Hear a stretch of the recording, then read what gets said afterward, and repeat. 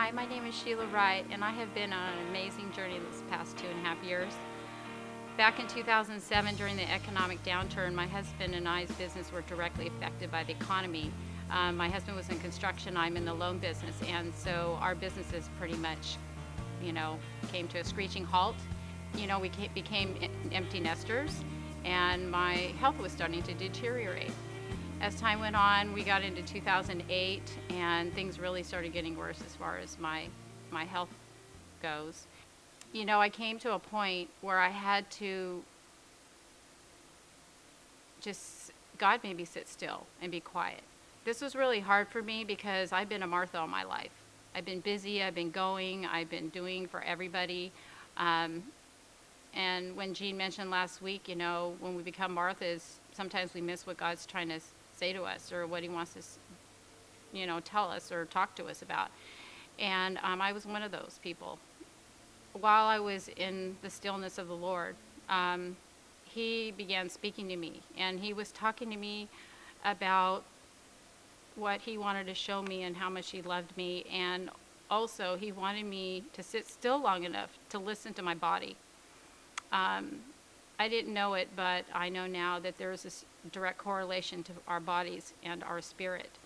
God created this magnificent body, a temple of God, and I didn't realize there was a correlation. I didn't know if I was going to live from day to day. I mean, to be at a place where you think you might die it can be very scary, but at the same time, I thought, what's the worst thing that could ever happen to me? I'm going to go be with Jesus. Oh, wow, what's wrong with that? When I was in my quiet moments and when I heard God speaking to me, when I wasn't sure that he loved me, what he told me was, or reminded me that that when Jesus came to died on the cross for me, that I realized God did this because he loved me and he wanted me to be free. Free feels amazing. I feel like now I can actually hear God, or actually I want to hear from God, and I want to be able to be used by him because what I've learned is that each day is a gift. I don't know if I have tomorrow, but I know I have today. And I don't want to miss what he wants to show me or how he wants to use me, because I just don't want to ever go back to the way I used to be, like a Martha, because I know there were times that I missed what he wanted me to do. The way I would describe the difference between me as a Martha and how I had all these expectations of me, and comparing it to being a child of God, I feel like I was just performing, and that I was doing it all for the wrong reasons. In fact, I don't even think I knew why I was doing it. I really honestly think that I didn't know why. I think we get sucked into what our society teaches us, what we should or shouldn't do. And I think that those aren't really real. To simplify our lives is what I'm finding is the best way. And I believe that that's what it also does for me, is when I become a child of God, my life becomes more simplified. That it is worth it to go from a Martha to Mary. And the reason why is, first of all, things are going to be a lot different. It's going to be hard. I'm not saying that it's easy, because it is hard to break away from our bad habits.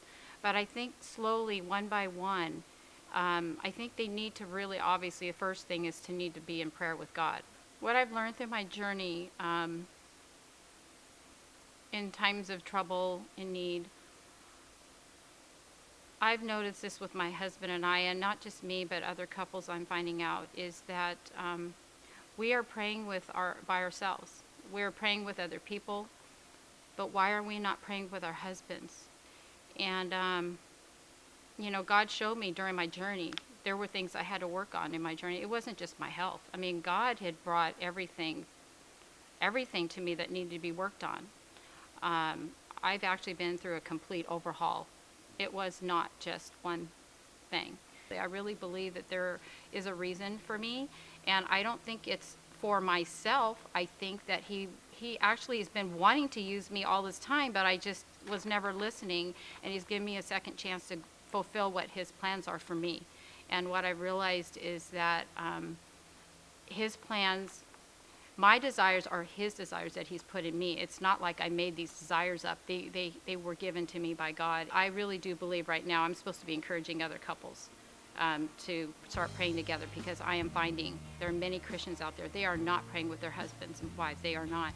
And they are going through horrible, difficult times. Oh my gosh.